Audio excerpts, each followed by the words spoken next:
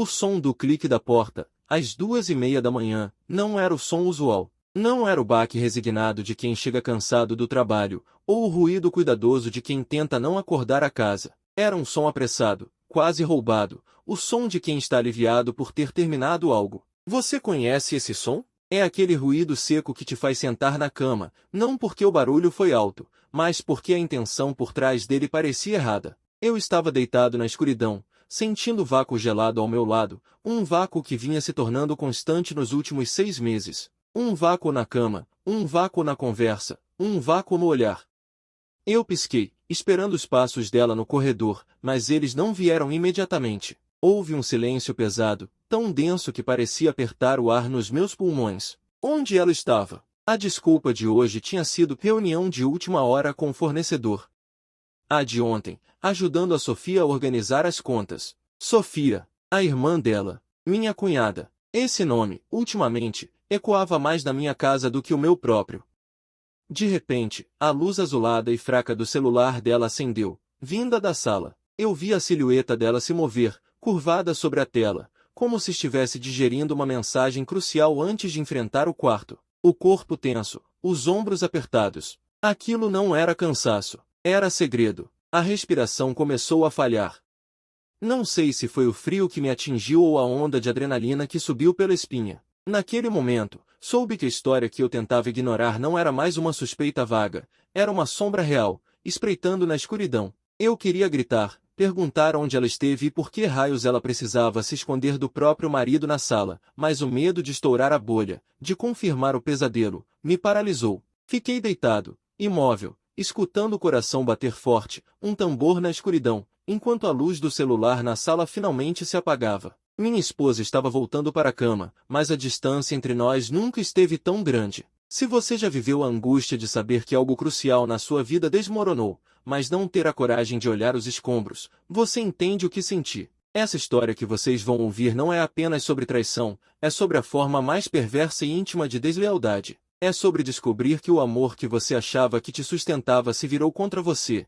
E pior, encontrou refúgio onde menos se esperava. Se você quer entender como a confiança pode virar pó em um instante, e como a busca por desejo pode levar alguém aos braços da própria irmã, fique comigo. Se você quer fazer a diferença, inscreva-se no canal e nos diga de qual cidade está assistindo esse vídeo. A promessa que eu faço agora é simples e dolorosa. O que está por vir vai além de qualquer infidelidade comum. Eu vou te mostrar o mapa de pequenos sinais que me levaram a essa conclusão terrível, e o momento exato em que a ficha caiu. Essa não é uma história em que você pega a pessoa no flagra com um estranho. É algo muito mais íntimo, algo que borra a linha entre família e desejo, e que vai mudar tudo, para sempre. O segredo que estava escondido não era apenas quem ela estava vendo, mas asterisco porque asterisco ela me abandonou. Ela não me desejava mais, e o vazio que ficou não foi preenchido por um amante qualquer, mas por Sofia. O que me corroía não era só a ideia de traição, mas a negação do meu valor.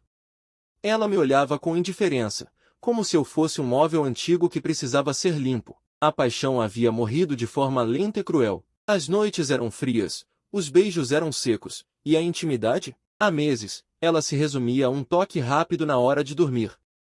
Eu tentava reacender a chama, convidava para sair, elogiava, mas encontrava apenas paredes de gelo e desculpas médicas vagas sobre dor de cabeça e estresse. Enquanto isso, o desejo que ela negava a mim, ela parecia esbanjar em sua nova obsessão, a irmã. A curiosidade aqui é perversa, eu sei. Você deve estar se perguntando, como é possível? Como o desejo se transfere para alguém tão próximo, alguém que sempre foi parte do nosso círculo familiar?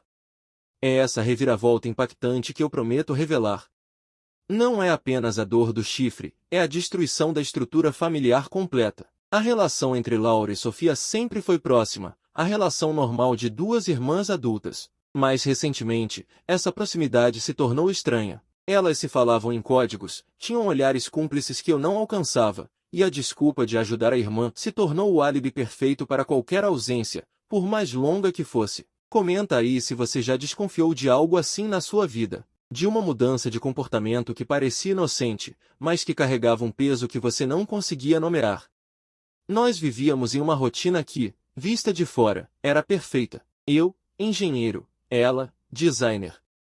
Casa quitada, viagens planejadas, cachorros de estimação. A estabilidade que eu sempre desejei. Mas a estabilidade, descobri, pode ser apenas uma casca fina sobre um vulcão adormecido. Os pequenos sinais começaram de forma sutil, quase ridícula. O celular, que antes ficava jogado na mesa, passou a ser guardado no bolso de trás, até mesmo dentro de casa. Se eu chegava perto dela enquanto ela digitava, a tela era virada com uma rapidez acrobática. Eu perguntava, claro, o que foi? É trabalho? E a resposta vinha sempre pronta, afiada e defensiva, para de me vigiar. É só a Sofia me mandando um meme ridículo. Por que você está tão paranoico? Eu me senti idiota por questionar.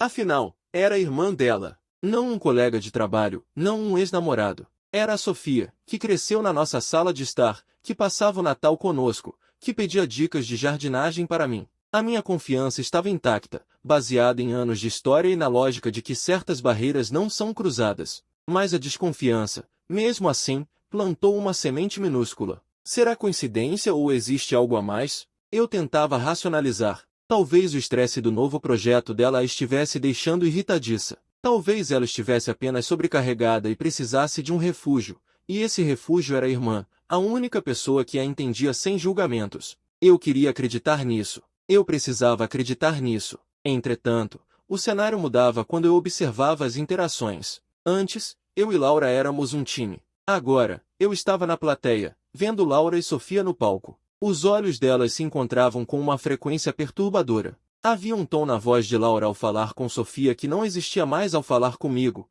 uma suavidade, uma urgência, um tipo de riso interno que parecia carregado de significado compartilhado. Eu comecei a sentir que era o estranho na minha própria casa. O primeiro sinal claro que quebrou a minha negação veio em uma noite de terça-feira. Laura estava no banho. O celular dela estava carregando na cômoda, algo raro, já que ele vivia grudado na mão dela. De repente, o aparelho vibrou, não com uma notificação comum, mas com aquela vibração longa e insistente de uma ligação. O nome na tela era Sofia, trabalho. O que me chamou a atenção, e me fez gelar, foi que ela tinha 3 números diferentes para Sofia salvos. Um como Sofia casa, outro como Sofia, e este, Sofia, trabalho. Por que a necessidade de categorizar a própria irmã com um disfarce óbvio? O telefone parou de tocar. E então, aconteceu. Eu vi uma notificação de mensagem surgir, rápida, no topo da tela, antes que ela se bloqueasse. Espero que o fornecedor tenha sido convincente hoje. Estou com saudades. M. Não era S de Sofia, mas era o mesmo número que tinha acabado de ligar. E a menção ao fornecedor, a desculpa que ela usou para chegar tarde. O que era isso? Minhas mãos tremeram tanto que precisei segurá-las. A confiança, que eu comparava a um copo de cristal que eu segurava com cuidado, acabou de receber a primeira rachadura profunda. Eu respirei fundo e, numa decisão que mudaria tudo, ignorei. Apaguei a imagem da minha mente. Tive medo de olhar o histórico, medo de confirmar que o M era um amante. Ironia terrível. Eu estava procurando um rival masculino, e o rival era muito mais próximo e familiar. Se esse detalhe fez sentido para você, deixe um like. As desculpas se tornaram uma rotina. Ela começou a sair para caminhar após o jantar. Meia hora, 40 minutos. Sempre com o celular. E sempre voltando com uma aura de exaustão forçada. Eu comecei a cronometrar. Eu vi as janelas do chat dela abertas antes de ela fechar o aplicativo e colocá-lo no silencioso. Eram sempre janelas com fundos claros, muita digitação. Eram trocas rápidas, intensas. Um dia, peguei um trecho. Estávamos na cozinha, e ela recebeu uma mensagem. Ela tentou esconder o sorriso, mas era tarde demais. Eu perguntei o que era. Ela disse que era o grupo de planejamento do chá de bebê de uma amiga. Elas estão desesperadas, ela riu, mas o riso não chegou aos olhos. Preciso responder. É urgente. O cheiro de urgência não era de chá de bebê, era o cheiro de cumplicidade. Comenta sim se você já sentiu isso, não se nunca aconteceu com você. A pior parte veio de terceiros. Minha mãe, que tem o sexto sentido afiado de todas as mães, me ligou. Ela não disse nada diretamente, mas perguntou por Laura com muita cautela. Ela parece bem, meu filho? Sabe, ela e a Sofia estão sempre juntas ultimamente. Mais do que o normal, não acha? Eu me irritei. Defendi minha esposa e minha cunhada. Claro, mãe, elas estão organizando um evento beneficente. Eu menti para minha mãe, mas a verdade é que o olhar dela havia plantado um veneno. As pessoas de fora estavam notando a mudança na dinâmica. Elas percebiam a intensidade, a exclusividade daquela relação que subitamente se sobrepunha à minha. A distância física entre mim e Laura era visível até para quem estava de longe. A tensão escalou para discussões frias. Não eram brigas de gritos, eram duelos de silêncio e perguntas sem resposta. Por que você está tão distante de mim? Ela, não estou distante, estou ocupada. Você está me sufocando.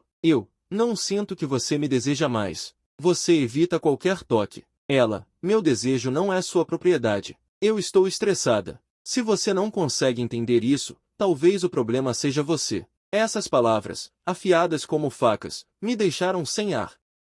Ela usava a minha vulnerabilidade contra mim. Eu recuava, me sentindo culpado pela minha própria dor.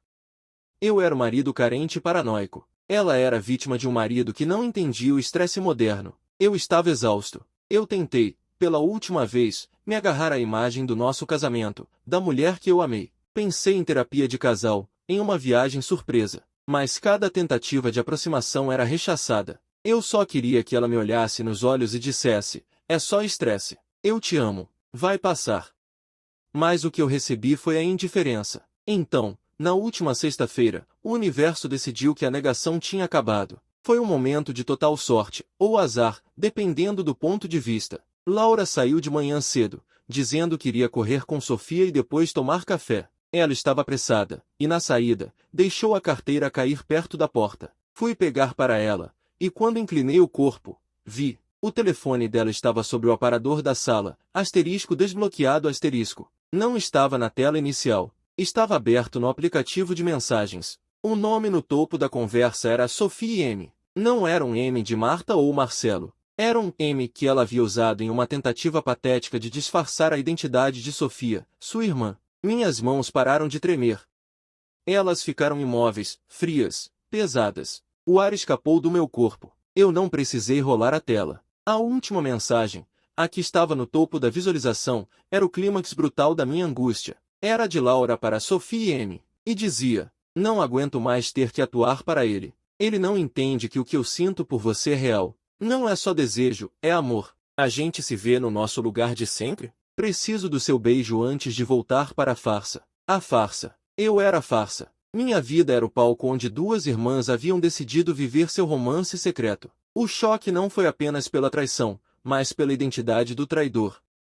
Não era um estranho, era Sofia. Era minha cunhada. E a negação da minha esposa não era sobre esconder um erro, mas sobre proteger um novo amor que, aos olhos dela, era maior e mais puro do que o nosso. O chão se abriu. Eu não gritei. Não chorei imediatamente. Apenas senti o sangue escoar do meu rosto. Olhei para o telefone, para aquelas palavras que queimavam a tela, e olhei para a porta que ela havia acabado de fechar. Meu corpo cedeu, e eu caí de joelhos no chão frio. A dor era física, uma implosão no peito. Não era raiva, era incredulidade. O desejo que ela me negava estava sendo entregue à sua própria irmã. A verdade sempre encontra um jeito de aparecer, e quando ela chega, nada permanece igual. Se essa história está te prendendo, apoie com um super thanks. A revelação aconteceu. Mas o que eu fiz depois de ler aquela mensagem? Como a confrontei? E qual foi a reação de Sofia? Isso é o que você precisa descobrir na parte 2. Não saia. Assine o canal, ative o sininho para não perder a sequência dessa história de traição dupla, e compartilhe com quem precisa ouvir. Acredite em mim, o pior ainda está por vir. O ar na sala estava pesado e quente, apesar da noite fria de junho que se esgueirava pelas frestas da janela. Eu não conseguia respirar direito, e a sensação era de que cada célula do meu corpo estava vibrando com uma frequência que não era humana, era pura eletricidade de choque. Meu estômago havia se revirado, transformando-se em um nó apertado e gelado. O celular dela ainda estava na minha mão, a tela acesa, iluminando a verdade cruel que eu havia tropeçado. Não foi um palpite, não foi uma desconfiança vaga. Foi uma confissão escrita, digital e irrefutável. Era a irmã dela, minha cunhada, a mulher que jantava conosco, que me abraçava nos feriados e a quem eu confiei para ser a madrinha dos nossos filhos, caso tivéssemos tido a chance de construí-los. Ela era o porto seguro, o elo de família. E agora, lendo aquelas mensagens, eu via o quão meticulosamente ela e minha esposa haviam desmantelado meu mundo, transformando a confiança em pós cinzas. As palavras eram íntimas demais, descritivas demais, cheias de planos para um futuro onde eu claramente não existia, onde eu era apenas a sombra inconveniente a ser descartada. O pior não eram as declarações de amor, mas o tom de escárnio com que falavam sobre a minha cegueira, sobre a minha ingenuidade, sobre como era fácil me enganar, me fazer acreditar nas desculpas mais esfarrapadas, nos encontros de irmãs, que na verdade eram encontros de amantes. E então, naquele silêncio mortal, quando meu mundo já estava em chamas, o som mais aterrorizante que um homem traído pode ouvir. O barulho da chave girando na fechadura. Elas estavam chegando, juntas, e a adrenalina que até então me mantinha paralisado se transformou em uma raiva silenciosa, fria e cirúrgica. Eu não ia gritar.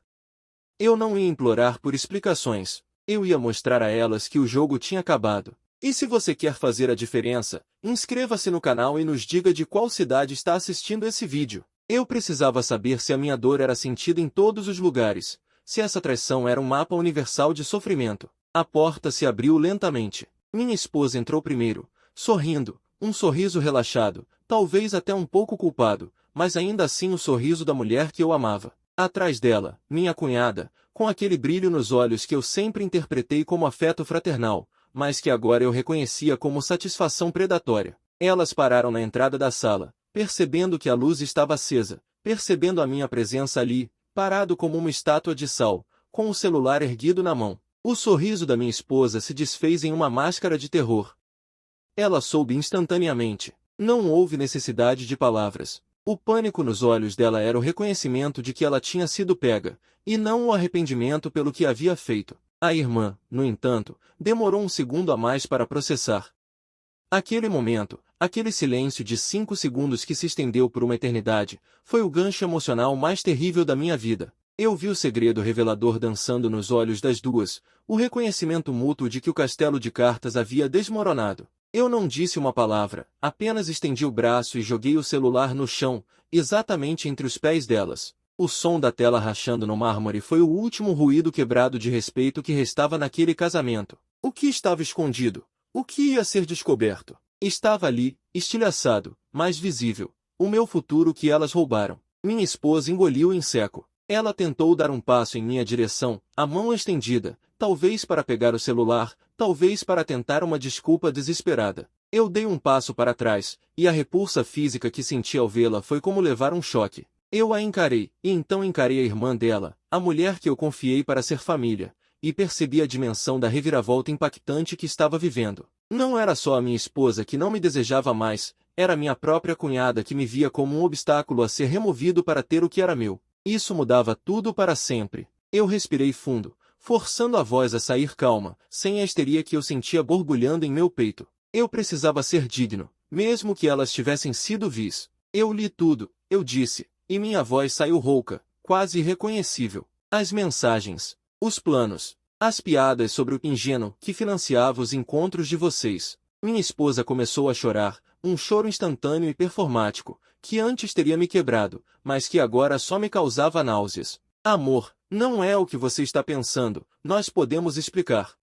Explicar o que, exatamente, eu cortei, sem elevar o tom. Que você não me deseja há meses, então procurou o conforto, o desejo, nos braços da minha cunhada. Que o seu amor por mim é tão frágil que foi facilmente substituído pela química com a sua irmã. Eu virei meu olhar para ela, a irmã, que permanecia em um silêncio petrificado, os lábios apertados. Comenta aí se você já desconfiou de algo assim na sua vida. Eu aposto que muitos de vocês têm um instinto que grita, mas que preferem ignorar.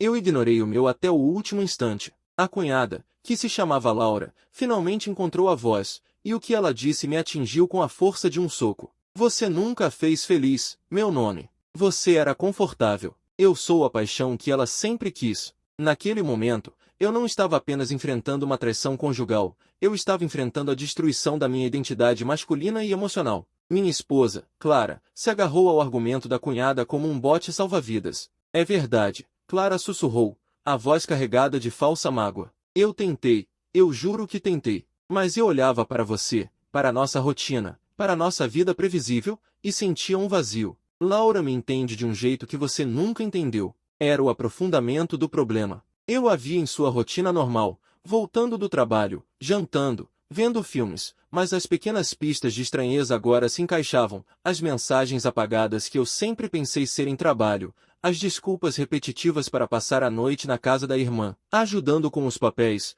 as mudanças de comportamento que eu atribuía ao estresse. Será coincidência ou existe algo a mais? A minha história de identificação se formou em minha mente. Eu me lembrava da noite em que ela voltou de um desses encontros de irmãs com um brilho nos olhos que não era de cansaço. Eu perguntei se estava tudo bem. Ela me deu um beijo rápido e me assegurou que eu estava exagerando, que eu era o homem mais seguro do mundo. Eu preferi ignorar.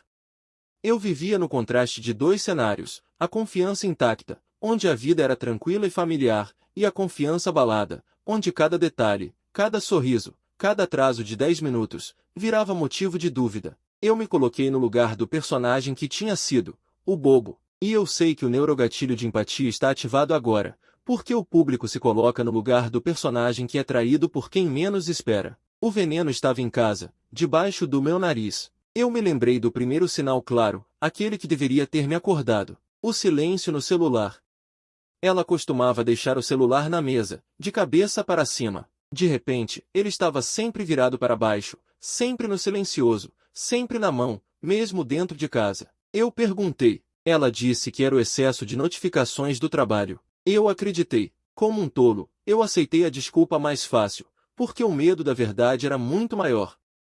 Comenta sim se você já sentiu isso, não se nunca aconteceu com você. Houve o período dos sussurros. Ligações rápidas que eram interrompidas assim que eu entrava no cômodo. Encontros rápidos que se tornaram mais frequentes. Laura precisa de ajuda para pintar a parede. Laura está doente e precisa de sopa. Laura teve um pneu furado e eu preciso ir ajudá-la. A confiança é como um copo rachado. Você pode enchê-lo de água, mas a pressão fará com que as rachaduras se espalhem e a água vaze. O copo do meu casamento estava em frangalhos. Eu só não tinha notado o líquido escorrendo para a mesa de Laura. O terceiro bloco de desenvolvimento é o mais humilhante, os olhares de fora. Uma vez, em um churrasco de família, o meu primo me perguntou, de forma sutil, por que Laura e Clara estavam sempre tão grudadas. Eu ri, disse que era coisa de irmãs. Mas a forma como a irmã dela se dirigia a Clara, o toque mais longo no ombro, a cumplicidade nos olhos. Aquilo era mais do que afeto fraterno. E agora, olhando para elas, eu sabia que aquele olhar suspeito era a verdade gritando.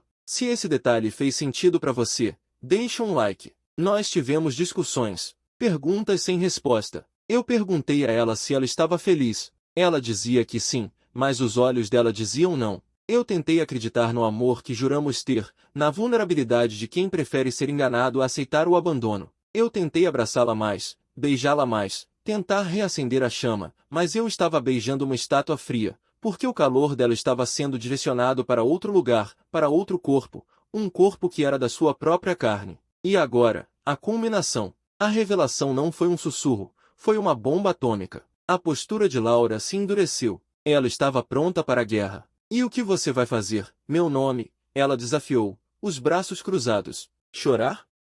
Dizer para todo mundo? Você acha que alguém vai acreditar que a sua esposa te trocou pela irmã dela? O choque, a dor e o impacto emocional foram tão grandes que eu quase caí. Mas eu me mantive firme. Eu não preciso que ninguém acredite, eu respondi, olhando diretamente para Clara, que ainda chorava descontroladamente, mas sem lágrimas reais. Eu sei a verdade. E a verdade é que vocês duas, juntas, quebraram o que era mais importante para mim, a ideia de família, de lealdade e de integridade. Eu caminhei até o armário, ignorando-as. Eu não peguei as minhas roupas, ou passaportes. Eu peguei a pequena caixa de lembranças, o nosso primeiro bilhete de amor, a foto do nosso casamento, e joguei tudo na lareira que estava apagada. O gesto foi simbólico. A cinza daquele amor já estava fria. A reação de Clara foi um grito real. O que você está fazendo? Estou limpando a sujeira, eu disse. Estou encerrando. Não há mais nós. Não há mais lar.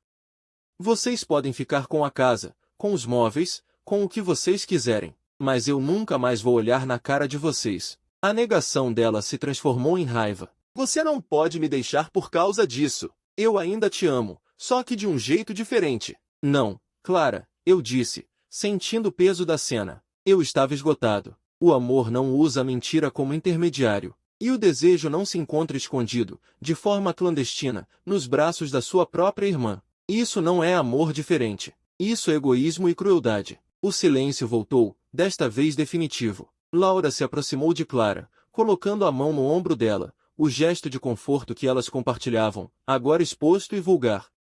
A dor de ver aquele toque me fez perceber que a batalha estava perdida muito antes de eu descobrir.